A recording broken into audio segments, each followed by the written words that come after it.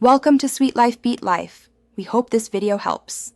You begin by confirming essentials, battery charge, and a clean probe because accuracy depends on both. Turn the unit on now and watch for the ready symbol or single beep. This tells you the device is initialized.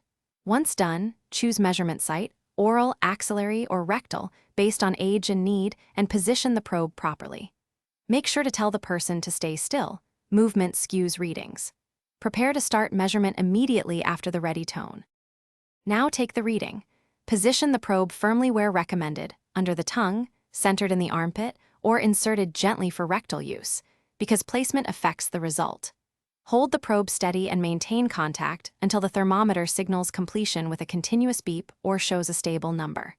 While you wait, avoid talking or breathing directly on the sensor and keep the person still.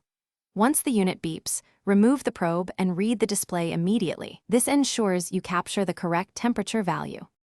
Finish by wiping the probe with an alcohol pad and storing the thermometer in its case at room temperature so it stays calibrated. Record the temperature along with time and measurement site because trends matter more than single values. If the display shows an error or fluctuates, make sure you clean the probe and that the battery isn't low, then repeat the measurement.